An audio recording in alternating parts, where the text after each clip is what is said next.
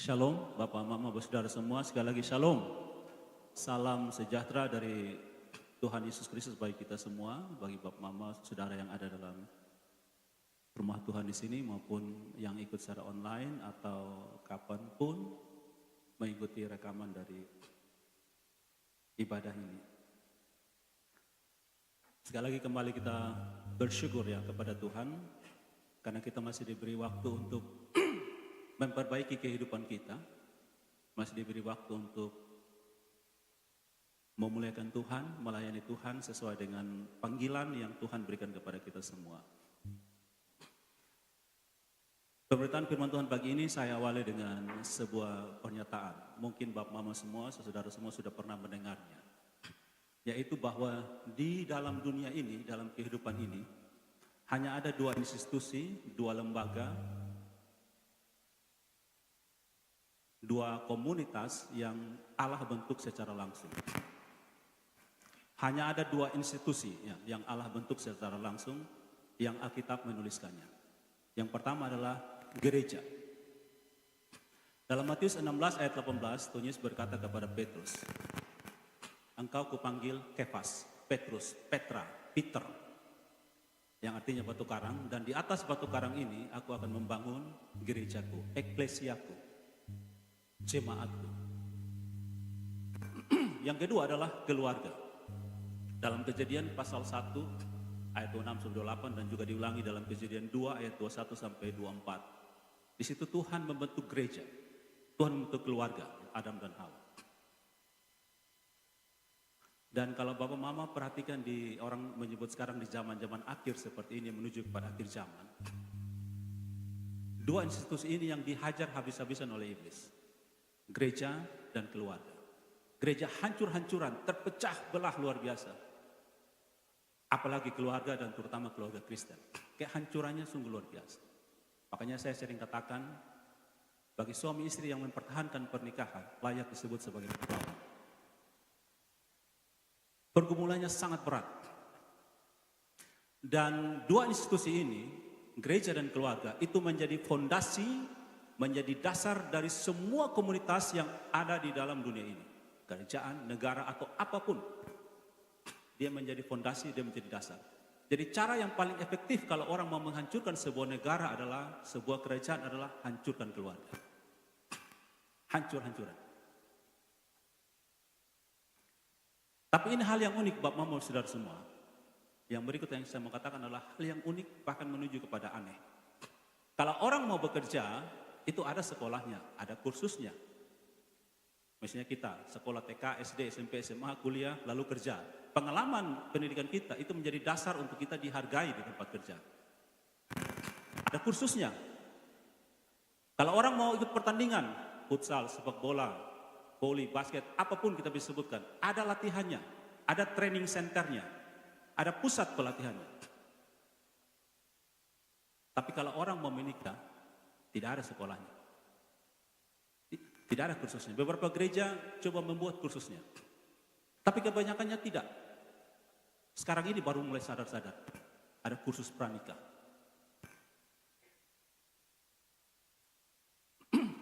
Hasilnya apa? Orang masuk ke dalam pernikahan kepada lembaga keluarga, instansi keluarga yang Allah bentuk tanpa persiapan. Maka banyak cerita tahun-tahun pertama pernikahan bakal lainnya luar biasa.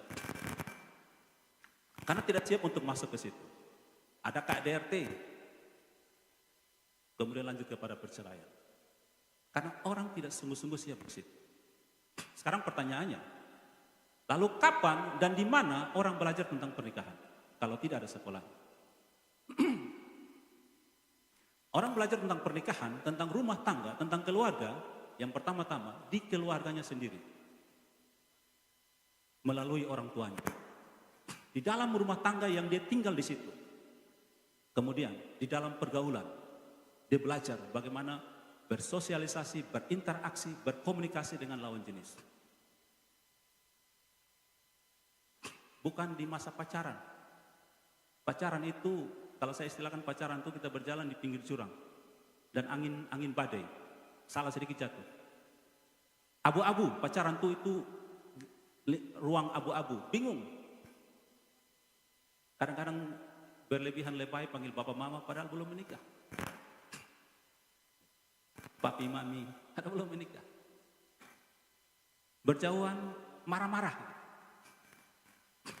Akhirnya banyak rumah tangga yang menghasilkan anak-anak yang gagal, produk gagal dalam rumah tangga. Karena orang tuanya tidak siap masuk ke dalam pernikahan. Dan anak-anak itu membawa kepahitan itu ketika dia masuk ke dalam pernikahan. Menghasilkan toksik, racun di dalam rumah tangga. Dan ini pola yang berulang-ulang terus. Yang akhirnya, saya tidak terlalu setuju, tapi akhirnya banyak orang anggap itu kan sudah biasa. Hal yang biasa. Biasa kemudian menjadi sebuah budaya. Karena dibiasakan. Padahal sekali lagi, kita diingatkan, keluarga itu Allah yang membentuknya. Sehingga mestinya ketika orang mau belajar masuk dalam pernikahan, belajar dari Tuhan Allah. Dan kita bersyukur kita mengenal Allah yang namanya bukan hanya satu, tapi 3 pribadi. Yang dia berelasi dalam kekekalan sampai kepada kekekalan. Dan kita belajar bagaimana membangun relasi itu dari Allah kita, Bapa, Anak, dan Roh Kudus.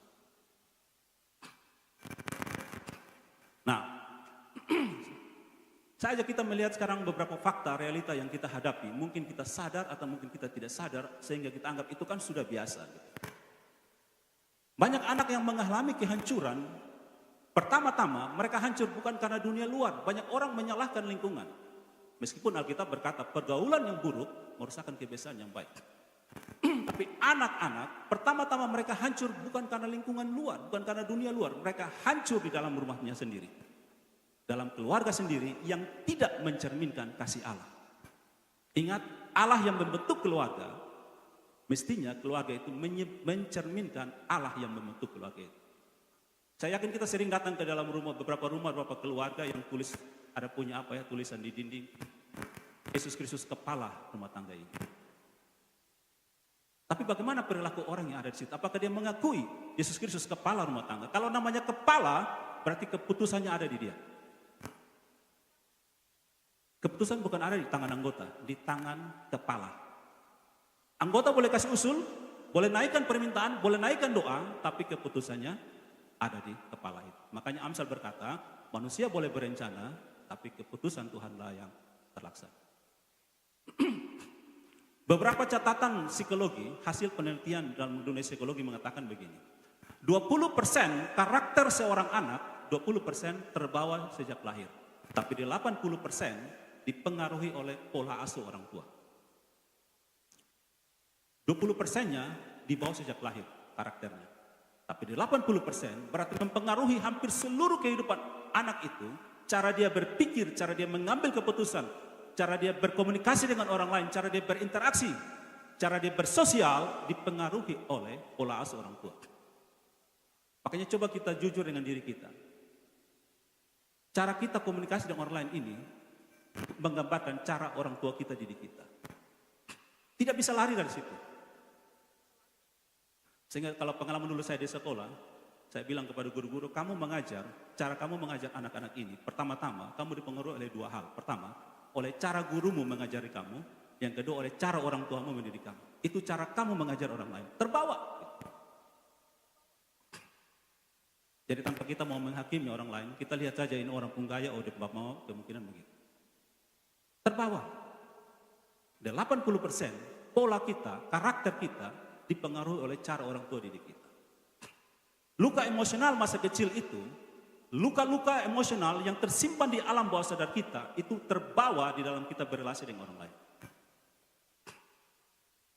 Dan ingat, menurut saya, kebanyakan keputusan kita itu kebanyakannya bukan dipengaruhi oleh alam sadar kita, tapi alam bawah sadar kita. Itu mempengaruhi, sehingga kalau kita mau kalau kita sebut di gereja lah, mau melayani, sebaiknya bereskan dulu hati. Bereskan dulu masa lalu kita. Kita tidak bisa membuang masa lalu. Kita belajar dari bagaimana Yesus memulihkan Petrus, dia bawa kepada masa lalu yang persis sama, api arang. Petrus menangkal Yesus di depan api arang, ada bau arang, ada suasana api arang. Ada momen api arang, dan ketika Yesus pulihkan Petrus di Danau Tiberias, suasananya api arang. Ada bau api arang. ada momen api arang, ada suasana api arang. Yesus bertanya pada Petrus, apakah engkau mengasihi aku? Kita tidak bisa menghindari masa lalu yang menyakitkan. Tuhan akan bawa kita ke masa itu, lalu di titik kita jatuh, di titik itu dia pulihkan kita. Sehingga ketika kita menghadapi suasana yang bersama dengan masa lalu kita tetap memilih mengampuni. Tidak bisa menghindari, tidak bisa melupakan. Hadapi itu. Masalah bukan untuk dihindari, masalah untuk dihadapi. Hadapi masalah itu. Bukan karena kita kuat.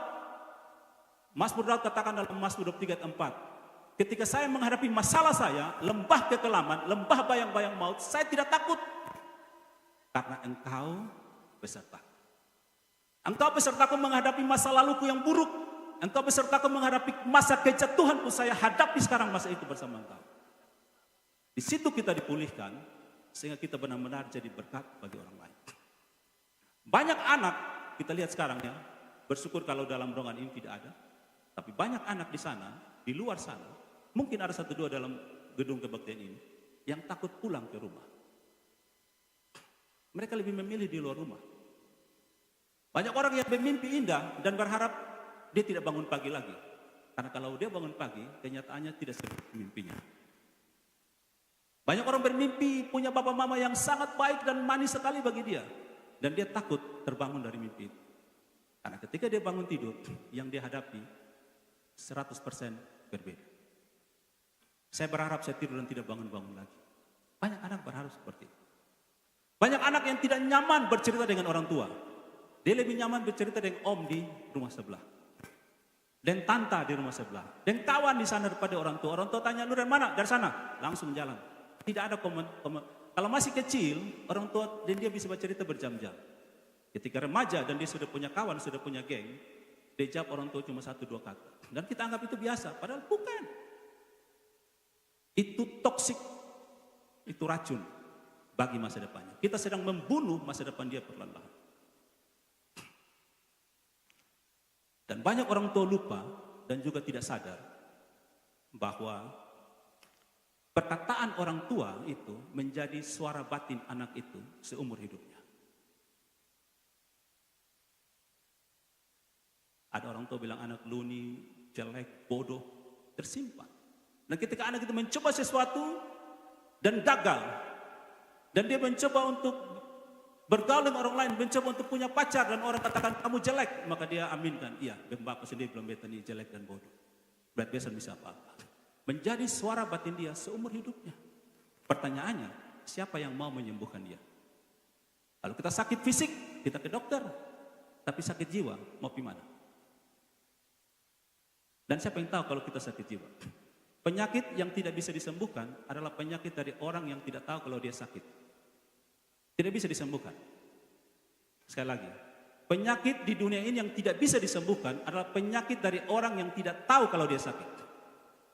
Maka orang kalau mau disembuhkan, pertama-tama dia sadar dulu bahwa dia sakit, baru dia bawa diri ke dokter, ke psikiater, ke pendeta, kalau dia sakit spiritual. Tapi kalau omong dia, begini biasa, semua orang juga begini, kamu tidak akan sembuh. Banyak orang tua tidak punya waktu untuk mendidik anak. Mereka berpikir bahwa memberi tahu sama dengan mendidik. Memberi tahu beda dengan mendidik. Makanya orang tua sering bilang begini, besok bilang dia berkali-kali, tahu? Itu memberi tahu. Namanya pemberitahuan, itu cukup saya tahu. Belum tentu juga saya lakukan. Mendidik beda dengan memberitahu. Perintah Allah kepada orang tua dalam Ulangan 6 ayat 4-7 bukan perintah untuk memberitahu, tapi ajarlah anakmu berulang-ulang. Didik dia berulang-ulang, bukan satu kali, berulang-ulang. Saat kapan? Duduk, tidur, bangun, jalan, ajar dia. Orang tua memilih untuk beritahu. Ingat ya, jangan ke situ. Cukup, anak bingung. Masih kecil dia iya, dia sudah remaja. Kok kenapa juga kalau ke situ? Saudara paham? Dulu ini istilahnya apa ya? Jokes bapak-bapak. Dulu kalau duduk di pintu, orang tua bilang, duduk di pintu nanti dapat jodoh. Waktu anak kecil, dia bangun, tapi masih remaja. Soalnya orang itu sebelah itu dia duduk tiap hari di pintu, hanya dapat orang salam dan dia. Nah, dia duduk di pintu tiap hari.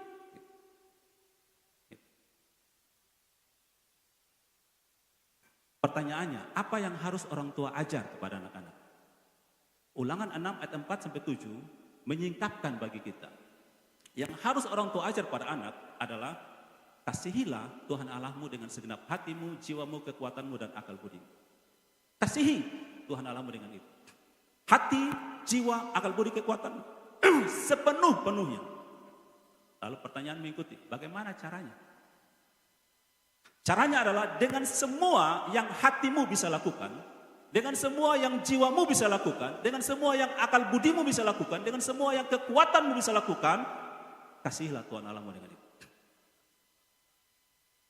Nah, coba sekarang kita jujur, Bapak Mama, Opa Oma.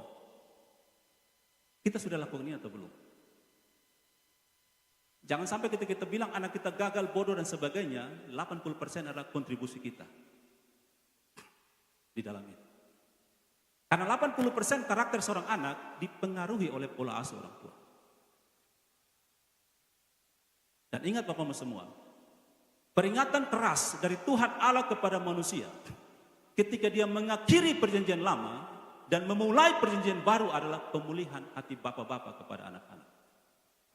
Maliaki 4 ayat 6, itu ayat terakhir dari perjanjian lama adalah hati bapak-bapak kembali kepada anak-anak. Dan Lukas 1 ayat 17 memulai perjanjian baru. Tuhan berikan roh Elia kepada Yohanes Pembaptis. Untuk apa? Mengembalikan hati bapak-bapak kepada anak-anak. Mengembalikan pikiran orang durhaka kepada jalan orang benar. Berarti tugas kita yang paling berat mungkin dalam dunia ini adalah mendukung program Allah memulihkan keluarga-keluarga. Kalau kita mau tanya apa kehendak Tuhan? Ya 1 Tesalonika 5:16 bilang bersyukurlah senantiasa. Termasuk memulihkan keluarga kita. Hari ini saya ajak kita dalam tema toxic parenting.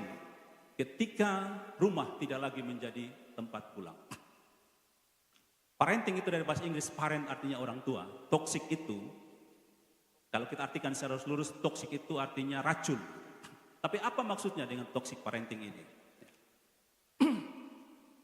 Dalam relasi antara orang tua dengan anak, toksik itu untuk menggambarkan hubungan atau lingkungan yang terus-menerus melukai secara emosional, mental, dan rohani. Jadi kalau kita sebut toxic parenting, artinya hubungan orang tua dengan anak yang dimana orang tua itu melukai anak itu terus-menerus, menyakiti secara mental, emosional, dan rohani. Terus-menerus dilukai, tanpa orang tua sadar mungkin. Karena memang dia dididik dengan cara itu. Dan dianggap itu kan biasa. Makanya ada orang pernah bilang, orang timur tuh didik jangan sama ke orang di sana. Ajar sedikit, pokok sedikit. Walaupun Amsal juga bilang ya, kadang-kadang pakai rotan. Tapi Amsal tegaskan, jangan inginkan kematiannya. Tapi ketemu sama dia, pokok kapan lihat darah baru ketemu berhenti. Kapan disuruh tafeo sampai angkat tangan menyerah. Ajar terus. Ketika dia hajar, dia bukan mendidik anak itu, tapi dia memuaskan emosinya, memuaskan nafsunya. Karena mungkin dulu dia jadi pokok seperti itu. Maka dia balas dia bapak dan mama pun cara pukul, dia hantam hidup anak. Jadi bukan didikan lagi. Makanya Amsal jelas, jangan inginkan kematiannya. Baik kematian fisik maupun kematian relasi antara engkau dengan anakmu. Didik dia.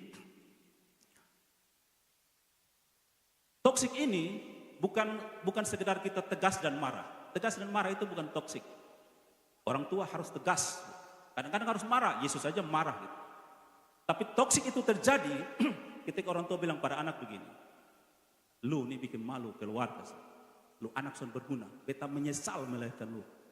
Itu toksik. Ada penghinaan terhadap harga diri seorang anak. Kita menghina dia. Kita lebih suka melukai dia daripada mengucapkan kata-kata yang membangun. Dan kita mematikan identitasnya sebagai anak kita. Mulai hari ini, becoret lu dari kakak. Lu bukan anak lagi. Dan sekali lagi biasanya orang tua lakukan ini karena hatinya belum dibereskan dari masa lalu. Masih ada kepahitan yang dia bawa. atau dia sulit mengampuni orang lain. Yesus pernah bilang kepada perempuan yang mengurapi dia, Yesus bilang, perempuan ini telah banyak berbuat kasih karena dia telah banyak diampuni. Kalau kita telah banyak diampuni, kita akan berbuat kasih kepada orang lain. Untuk lebih mendalami tema atau topik toxic parenting ini, ketika rumah tidak lagi menjadi tempat pulang, saya ajak kita membaca Lukas 15 ayat 17 sampai 20. Lukas pasal 15 ayat 17 sampai 20. Begini kata firman Tuhan. Mari kita baca bersama-sama, sudah ada di layar atau Bapak mau baca di Alkitab masing-masing. Ayat 17. Lalu ia menyadari keadaannya, katanya, betapa banyaknya orang upahan Bapakku yang berlimpah-limpah makanannya, tetapi aku di sini mati kelaparan. Ayat 18. Aku akan bangkit dan pergi kepada Bapakku dan berkata kepadanya, Bapa, aku telah berdosa terhadap sorga dan terhadap Bapa. Aku tidak layak lagi disebutkan anak Bapa. Jadikanlah aku sebagai salah seorang upahan Bapa. Maka bangkitlah ia dan pergi kepada bapaknya.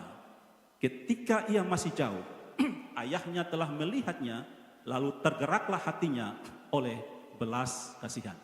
Ayahnya itu berlari mendapatkan dia, lalu merangkul dan mencium dia. Amin, amin. Demikian kata firman Tuhan.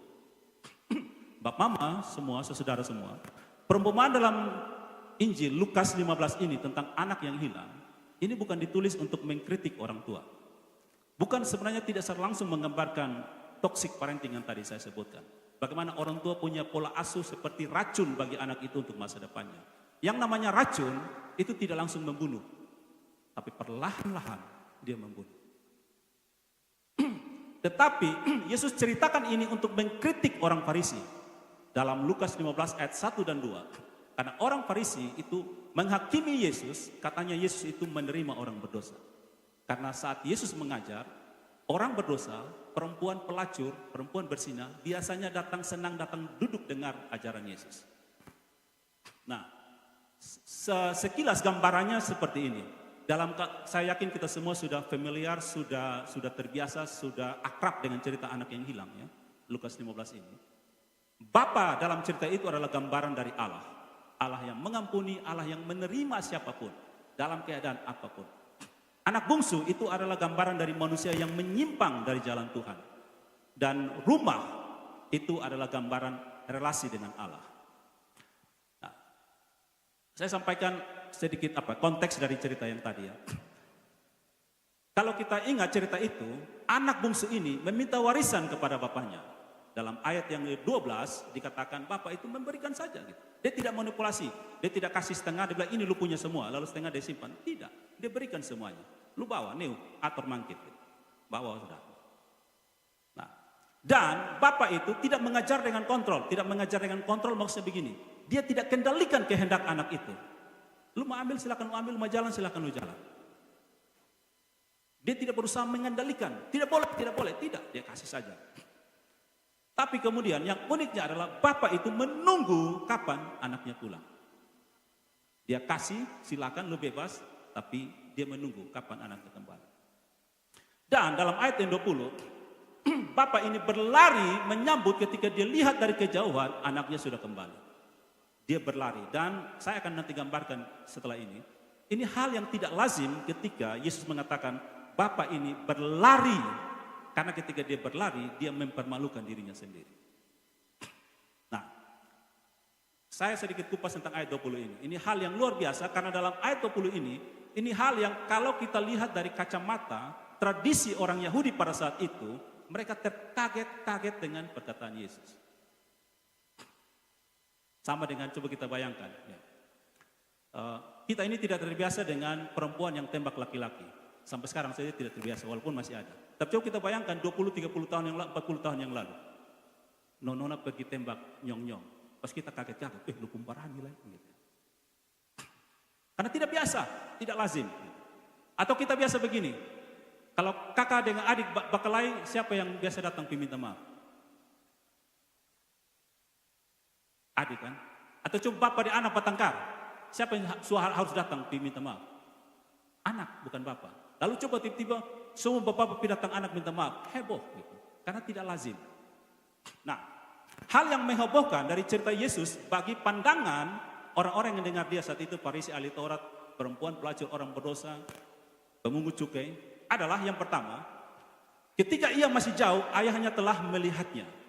Kenapa ini unik? Kenapa ini membuat shock, kaget bagi orang saat itu?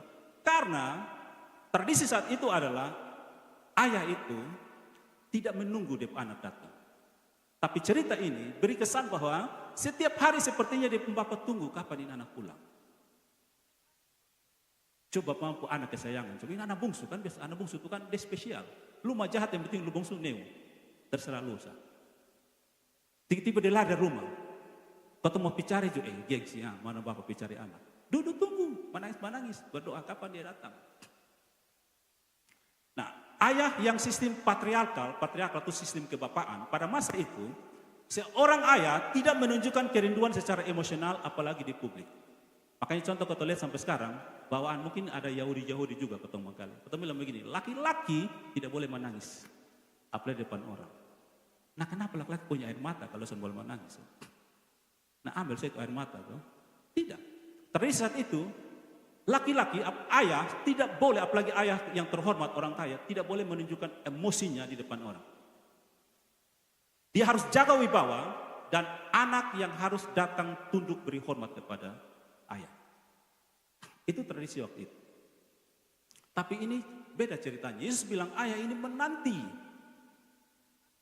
kapan dia anak pulang. Dan lebih shock lagi kenapa? Lebih kaget lagi kenapa? Karena anak ini pergi bukan dengan cara yang baik-baik. Dia minta warisan. Sekarang saya coba kita lihat aturan hukum. Orang bagi warisan saat kapan? Kan bapak mama semua mati. Kalau dia belum sempat bagi waktu masih hidup, dan waktu dia mati rumah kurampas. Tapi anak ini minta warisan saat yang bapak masih hidup mungkin masih sehat-sehat. Tersirat di dalamnya dibilang begini, bagi beta lu sumat. Kasih beta warisan, beta mau pergi ke negeri yang jauh. Tapi di bapak yang model begini, ini bapak tunggu kapan beta anak pulang. Biar dia anggap beta mati sampai beta tunggu kau dia kembali. Ini menimbulkan shock kaget bagi orang Yahudi. Yang kedua, tergeraklah hatinya oleh belas kasihan. Kata belas kasihan di sini dalam bahasa Yunani adalah esplangniste. Apa itu esplangniste? Esplangniste itu sesuatu yang bergejolak dalam hati kita sampai perut ini bergejolak-gejolak juga. Kira-kira mau ilustrasi begini supaya Bapak bisa mengerti apa arti esplangniste, belas kasihan yang dialami oleh Bapak ini. Bayangkan Bapak punya anak kesayangan, mungkin anak bungsu atau apapun lah, atau mungkin dia penama sama kayak Bapak Mama penama atau Bapak Mama pembaik penama gitu. Nama yang disayang-sayang begitu. Lalu tiba-tiba Bapak dia berapa hari tidak pulang rumah dan dapat informasi dia diculik. Dan kemungkinan besar dia tidak kembali lagi. Entah dijual orang, entah dibunuh, entah apapun. Kira-kira kau tunggu kosan. Bapak akan tunggu. Berhari-hari berdoa, tunggu. Satu hari lagi duduk di teras rumah, tiba-tiba dari jauh sekali, ayah ini kebepo anak. Apa yang kau rasakan? Apakah santai dan masuk rumah dan tidur? Tidak. Sesuatu di dalam dada dan perut ini seperti bergejolak rindu, ingin lari pergi dan peluk. Bahkan kita bisa lakukan sesuatu yang di luar logika kita, di luar akal dan di luar aturan.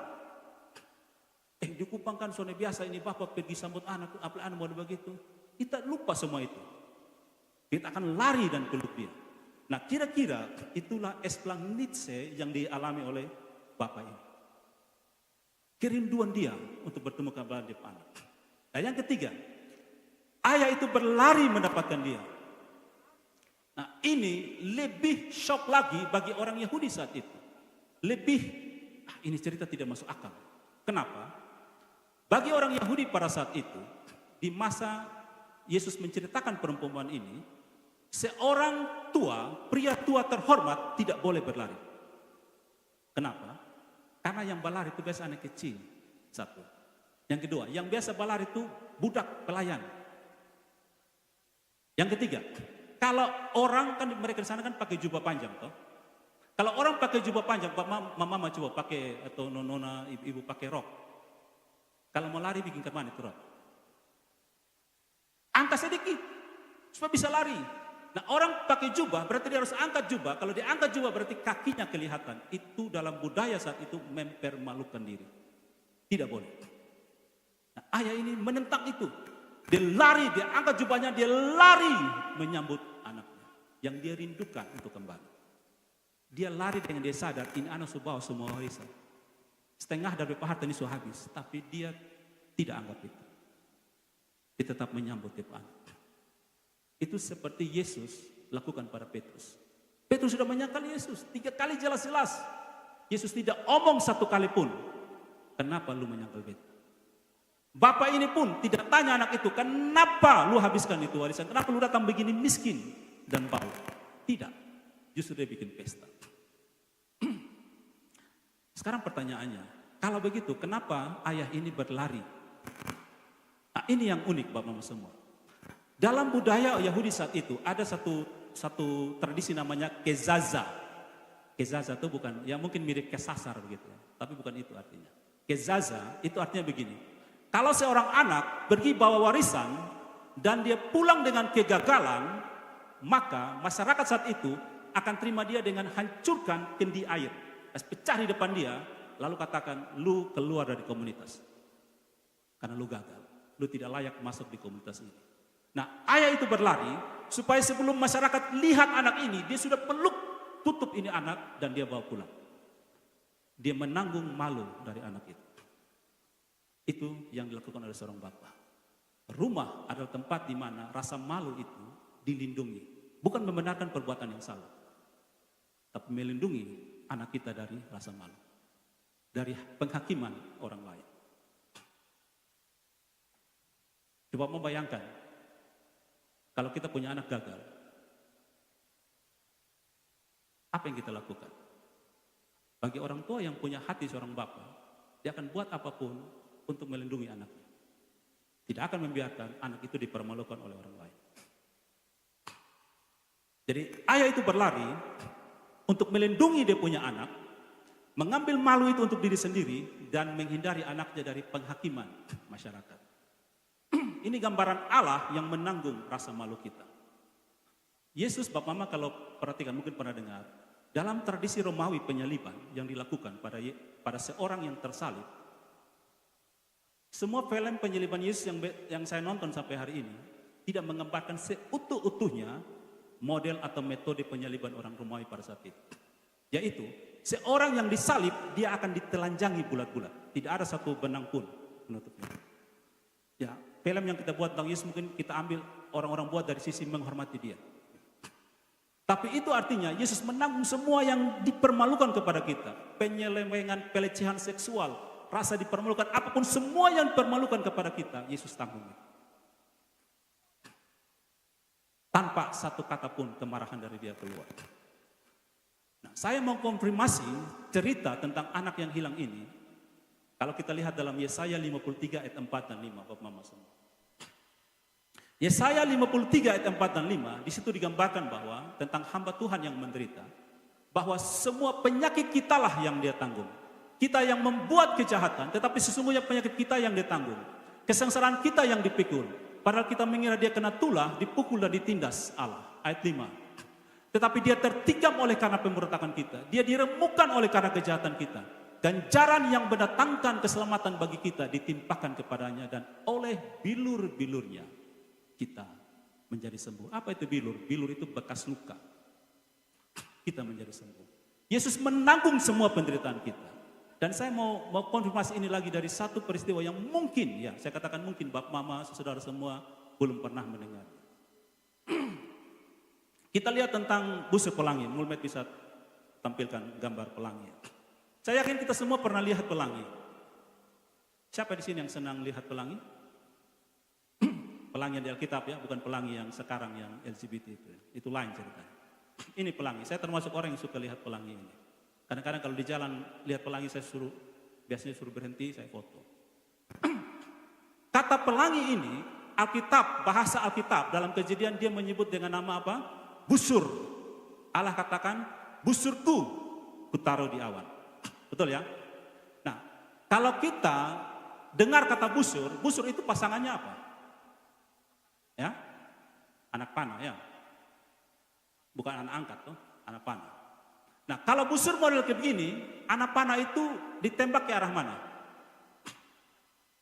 Ke atas atau ke bawah? Ke atas.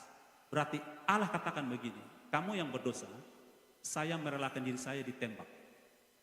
Saya yang tanggung tikaman itu. Karena panah itu diarahkan ke surga, ke atas. Betul ya? Bukan ke bawah. Kamu yang berdosa, saya tanggung. Ini mengkonfirmasi Kejadian 3 ayat 15. Aku akan mengadakan permusuhan antara engkau dan perempuan ini, antara keturunanmu dan keturunannya. Keturunanmu akan meremukan tumitnya dan keturunannya meremukan kepalamu. Tuhan sudah memberi dirinya menanggung dosa itu. Sekali lagi, ini bukan untuk kita terus hidup dalam dosa, tapi kita yang punya hati nurani yang bersih, sadarlah, bersyukur kepada Tuhan dan bertobat. Allah memberi dirinya ditembak, ditikam. Dan Yesus membuktikan itu ketika dia disalib. Yang keempat, yang terakhir, dari hal yang membuat shock bagi orang yang mendengar cerita Yesus tentang perumpamaan anak yang hilang ini adalah ayah itu merangkul dan mencium dia. Merangkul dan mencium anaknya, anak bungsunya. Kita tahu bahwa anak ini dia terakhir sebelum dia kembali ke rumahnya, dia tinggal di kandang babi. Bahkan dia mau makan makanan babi. Baunya kotor dengan bau babi. Bagi orang Yahudi itu adalah najis. Tapi bapak ini tetap merangkul anaknya. Bapak ini memulihkan status anaknya. Anak itu mau bilang, jadikan saya hambamu, budakmu, pelayanmu. Sebelum kata itu keluar, bapak itu berkata, kamu anak saya. Bapak itu memulihkan status identitasnya. Bapak mau semua ingat, identitas mendahului aktivitas. Identitas mendahului aktivitas. Kalau kita baru melamar ke kantor, jangan langsung besok masuk dan kerja. Langsung dipecat. Kamu bukan pegawai di sini. Kamu harus dapat identitas, kartu tanda pengenal identitas, baru boleh masuk kerja. Kalau orang sini lihat orang pun anak nona, anak nyong, jangan pegang-pegang, ku cium-cium. Identitasnya belum jelas. Dijelaskan dulu di Dukcapil dan gereja, baru peluk dia. Ingat, identitas mendahului aktivitas. Lalu bagaimana dengan masa kini? Mengapa ada anak yang lebih memilih dunia yang menghancurkan daripada rumah atau keluarga yang menghidupkan? Mungkin kita pernah mengalami waktu kita remaja, waktu kita masih muda. Kita kehilangan rasa aman dan kasih di rumah. Kenapa? Ya karena toxic parenting itu. Karena orang tua lebih suka mengontrol daripada memahami. Saya yakin kita semua dan anak-anak kita ketika buat salah, mereka tahu mereka salah. Ketika mereka salah dan datang kepada orang tua, mereka tidak merindukan nasihat orang tua. Yang mereka rindukan apa? Tolong mengerti saya. Kenapa saya buat itu? Dengar dulu saya pun cerita. Mau nasihat nanti. Dengar dulu kenapa beta mencuri, kenapa beta menyontek, kenapa buatin. Dengar dulu. Pahami dulu posisi beta ketika melakukan itu. Banyak orang tua kita tidak. Dengar satu kata sudah pak. Akhirnya anak apa? Kalau tidak angkat tangan, dia tiarap. Kalau sudah angkat tangan, tiarap masih tembak, dia pukul di orang tua. Sekarang kita coba bayangkan ya. Ini tembok, lalu kita omong anak itu mundur sampai di tembok. Kalau sampai tembok, dia bikin apa? Tidak bisa mundur lagi, dia hajar balik. Yang kedua, ya bapak-bapak biasa bilang begini, lu itu harus sama ke beta. Beta usia ke lu, beta berhasil. Lu tua begini, susah sekolah, sonjadi apa-apa juga. Nah, bapak jadi racun bagi anak. Yang kedua, toxic parenting itu contohnya adalah lebih menekan secara emosional daripada mau mendengar. Orang tua tekan emosi anak begini. Ingat ya, lu sekolah harus berhasil. Harus nilai 100 semua. Kalau sonde, lu kecewakan beta. Ingat, lu bertanding harus berhasil. Jangan coba-coba gagal. Gagal, lu bikin malu. Saya kecewa kalau kamu. Anak itu tertekan secara emosi dan dia tidak bebas berekspresi. Kemudian ada juga ini contoh mama yang memanipulasi emosi anak. Dan mama bilang ada satu cerita, satu anak dia baru pulang ke rumah. Ini kisah nyata. Dia baru sampai ke rumah, mama langsung marah ini anak ini di depan kawan-kawan. Mama bilang, lu ini bikin malu mama saja. Akhirnya sejak saat itu, anak itu bilang, oke. Dalam hati, dia bilang, hari ini mama bilang, beta bikin malu dia, maka beta setuju, mulai besok beta akan bikin malu beta mama. Jadi apapun yang dia lakukan, tujuannya adalah permalukan beta mama. Karena tertekan secara emosi. Beta mama memanipulasi keadaan, seolah-olah menunjukkan kasih, tapi sebenarnya sedang menekan emosi anak. Dia memanipulasi. Lalu ada orang tua yang kasih yang bersyarat. Kalau lu naik kelas, beta kasih hadiah lu apa? Sepeda, HP baru. Sebenarnya tujuannya apa? Mau kasih HP kasih saja toh. Naik, mau kasih HP kasih saja, mau kasih sepeda kasih saja, tidak tunggu kapan dia naik kelas. Ada syaratnya. Akhirnya anak itu bertumbuh menjadi anak yang dia buat apa-apa harus ada syaratnya. Makanya sekarang ini banyak orang tua yang minta tolong anak sapu rumah, dia tanya berapa ribu. Karena sudah terbiasa dengan kasih yang bersyarat. Kalau ulang tahun berkasih dia itu kan momentum, kan ulang tahun berkasih dia, oke. Tapi kalau lain kasih saja toh. Kan setiap hari kita harus mengasihi. Kenapa harus ada syaratnya? Sehingga anak itu ketika dia berbuat dosa, dia sulit menerima pengampunan Tuhan. Kenapa? Karena dia berpikir dia harus baik dulu, baru Bapa mengampuni. Karena dia terbiasa dengan kasih yang bersyarat. Yang berikut ini yang terakhir tentang toxic parenting adalah penghinaan identitas. Kita mengoreksi dengan merusak identitasnya. Ada orang tua bilang kepada anak, dia katakan begini. Jadi menyerang identitas, merusak identitas itu artinya menyerang pribadi bukan perilaku. Kita harus belajar membedakan antara perilaku dan pribadi. Ketika anak bikin salah, yang harus dikoreksi apa? Bukan anaknya, tapi kesalahannya itu yang harus diperbaiki. Ini contoh ya. Bapak atau mama bilang anak, tolong cuci piring. Anak tidak cuci piring, dia masih main game. Tunggu sedikit lagi, ini semua game over nih, tunggu sebentar.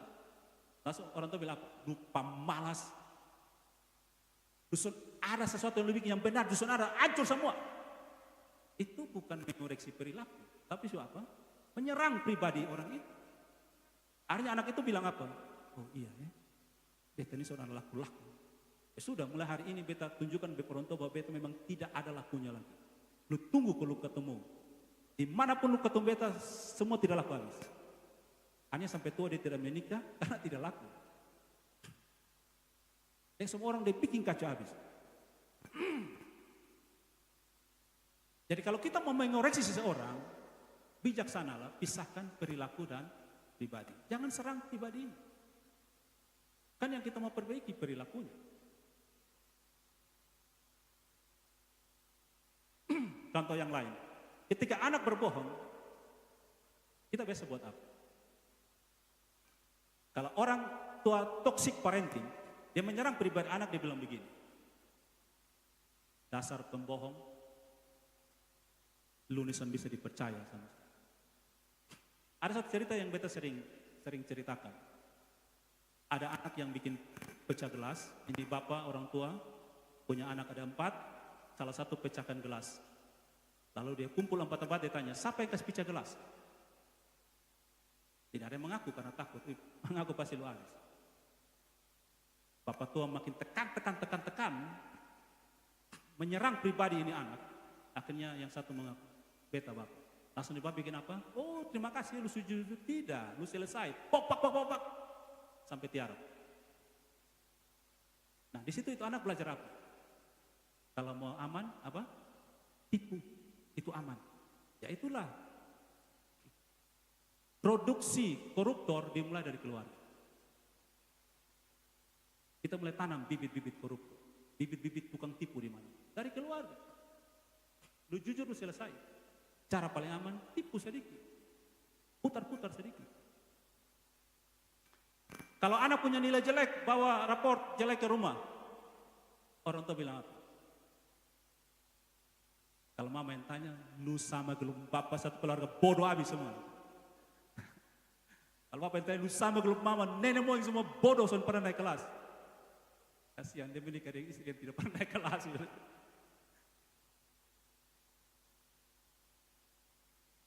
Tahun depan dia pulang report, bapak tanya, ada 50 ke sana? Kau dia bapak, pintar, anak pintar. Dia begini, 40 ke bawah. Soalnya 50, 40 ke bawah. Waktu hajar dia lah sampai marah ya. Saat anak menangis, kira-kira kita bikin apa? Laki-laki mencengeng, tukang menangis. Laki-laki jangan boleh menangis. Apapun terjadi tidak boleh menangis. Akhirnya dia hati hancur, terakhir sakit leper. Karena simpan emosi. Lalu suka banding-banding dengan saudara yang lain. Kalau dia anak masih punya kakak atau adik, dia banding-banding. Kalau anak tunggal, dia banding tetangga atau anak. Selalu cari pembandingnya. Merusak identitas anak. Sekarang pertanyaannya, kenapa anak itu tetap kembali? Kembali ke cerita kita. Karena mungkin anak itu, dia menilai bahwa tidak aman di rumah. Tapi ada nilai baik di rumah yang bikin dia tertarik untuk kembali. Ayat 17 dia katakan begitu. Betapa banyaknya orang upahan Bapakku yang berlimpah-limpah makanannya. Orang upahan, budak, pembantu, pelayan di rumah Bapakku, saya ini anak, mereka itu budak, tapi berlimpah. Ada nilai baik di keluarga yang membuat anak ini untuk kembali dan mengaku. Coba kita jujur. Kita semua ini tidak sempurna, semua ini berdosa, semua ini pernah gagal dan jatuh. Tapi coba kita jujur, berapa anak kita yang pernah datang mengaku kesalahannya sebagai orang tua? Ada kok tidak? Maka banyak orang tua yang anggap beb anak terlalu baik, bintang di langit. Terakhir kaget, dia bikin kacau di mana-mana. Anak di rumah dia selalu baik. Karena kalau mengaku lu selesai bapak, lebih tipu sedikit. Dulu kalau beta dulu kecil merokok, kalau pulang suka tangan ini bawa rokok, kucak-kucak itu daun, garwar lidah dan gigi, omong aman, bersih bapak. Tapi besok merokok lagi. Kejahatan kita buat orang tua kita tidak tahu. Nanti dia datang lapor di pendeta, datang lapor di kawan. Dia lebih senang curhat di orang lain. Nah anak ini jujur kembali mengaku, bahkan dia bilang begini, jangan anggap saya sebagai anak pulang, anggap beta sebagai budak. Tapi bapaknya tak pulihkan. Pertama, anak ini dia ingat akan identitasnya dan punya pengalaman baik dengan orang tua. Itu yang membuat dia ingin kembali. Dan sesuai dengan tema kita, rumah itu sebagai tempat yang dirindukan. Ketika anak ini terpuruk dengan segala kegagalannya, dia ingat rumah. Makanya ketemu saudara yang suka bikin masalah, ingat, jangan mengandalkan orang lain. Lu ada masalah, ingat bapak, lu akan pulang ke rumah. Lu sempit tempat lain. Setidaknya ketika lu mati, orang dapat di jalan, bapak pulang ke rumah, sampai kubur di tengah jalan. Betul ketika? Kan pulang ke rumah, mayat akan pulang ke rumah. Ya tapi jangan tunggu sampai mayat baru pulang ke rumah toh. Masih bernapas nah pulang ke rumah sudah. Rumah itu menjadi tempat yang orang rindukan. Kenapa? Karena di sana ada penerimaan tanpa syarat. Orang menerima apa adanya. Ada identitas yang tidak dihancurkan. Statusnya tetap dipulihkan. Kamu anak saya, kamu saudara saya, kau akan bela lu. Ada restorasi.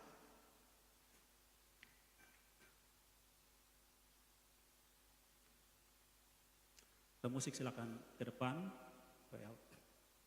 Jadi bagian terakhir dari pemberitaan firman Tuhan ini yang saya mau sampaikan kepada Bapak Mama semua. Bahwa Lukas 15 ini, yang tadi kita baca, saya ajak kita baca ayat 17 sampai 20, tapi saya yakin Bapak Mama semua sangat akrab dengan kisah anak yang hilang ini. Ayat ini tidak sedang mengajarkan pada kita tentang rumah yang sempurna. Seperti apa? Bisa jadi Minimal anak bungsu ini merasa bahwa rumah itu bukan sesuatu yang sempurna yang saya harus tetap ada di situ. Bisa jadi seperti, makanya dia ingin keluar rumah. Tetapi Lukas 15 ini mengajarkan kepada kita bahwa di rumah itu perlu memiliki hati bapa yang kuat untuk memanggil anak-anak itu kembali ke rumah. Harus ada hati bapa yang memulihkan identitas anak itu, yang tidak menjadi toksik racun bagi anak kita.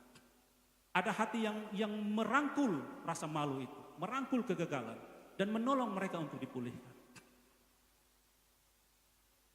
Ayah di dalam Lukas 16 ini, ketika anaknya sudah jatuh miskin, ketika kembali ke rumah, dia tidak omong satu kata pun tentang kegagalan anak ini, kenapa lu pulang miskin, kenapa lu pulang bau sekali, tidak. Tapi dia bilang, kasih pakai dia jubah dan kita bikin pesta, dia anak saya. Dia sudah hilang dan dia kembali, dia sudah mati, sekarang dia hidup kembali. Diterima kembali. Bagi bapak mama, para orang tua, opo oma, di sini bet aja kita untuk pikirkan kembali, apakah rumah kita sudah menjadi tempat yang anak-anak kita, cucu-cucu kita rindu untuk kembali, rindu untuk bersama-sama dengan kita. Dalam cerita tadi, anak bungsu ini dia ingin pergi keluar rumah, bukan karena rumahnya hancur, bukan. Tetapi mungkin karena dia belum mengerti arti dari rumah itu apa. Dan bisa jadi kita saat ini yang ada di sini pun kita tidak mengerti apa arti rumah. Dulu awal-awal beta melayani di gereja, rumah cuma di depan gereja seberang jalan seperti ini. Tapi mama pernah bilang ke beta, "Ge, lu nih bikin rumah sama kayak hotel. Rumah itu hanya tempat kita datang tidur, syukur-syukur tidur di rumah, kalau tidak tidur di gereja. Datang makan, kalau orang makan di gereja biasa makan di rumah. Atau datang mandi dan ganti pakaian." Kita mungkin masih remaja dan muda, kita tidak mengerti apa arti rumah. Tapi saya yakin Bapak Mama, Opo Oma di sini mengerti apa arti rumah. Rumah itu tempat yang kita rindukan. Dan kita berharap anak-anak kita datang kembali ke rumah dan bersama-sama dengan kita. Dan kita ingat dunia ini kejam, dunia ini penuh dengan kejahatan. Dunia ini akan menggagalkan dan menghancurkan kita, tapi kita berharap di rumah kita masih ada kasih yang memulihkan kita, kasih yang tidak berubah. Kita tidak berharap anak-anak kita gagal, tapi kalau mereka gagal di jalan, gagal di luar, gagal di dunia, mari ajak, yuk kembali ke rumah. Mari kita pulihkan kembali semuanya. Banyak anak tidak kehilangan arah karena dunia, tapi mereka tidak melihat Bapa di rumahnya sendiri. Dan kalau dunia melukai mereka, sekali lagi, mari mereka kembali ke rumah dan kita menolong mereka untuk dipulihkan. Dan yang paling terakhir Bapak Mama semua, kita ingat satu hal. Semua kita merindukan rumah Bapa di sorga. Semua kita akan kembali ke rumah Bapa di sorga. Kita akan pulang ke rumah Bapa di sorga. Ketika kita merasa dunia ini terlalu jahat, dunia ini tidak mengerti kita, dunia ini tidak nyaman bagi kita, ingat, itu artinya kita bukan diciptakan untuk tinggal di dunia ini. Tapi ada satu dunia yang baru yang kita akan tinggal di sana. Dunia ini hanya tempat singgah bagi kita, tempat kita dibentuk sebelum kita tinggal di rumah Bapa selama-lamanya. Mari kita tundukkan kepala Bapak Mama semua. Sambil kita mengingat kembali pesan firman Tuhan bagi kita masing-masing.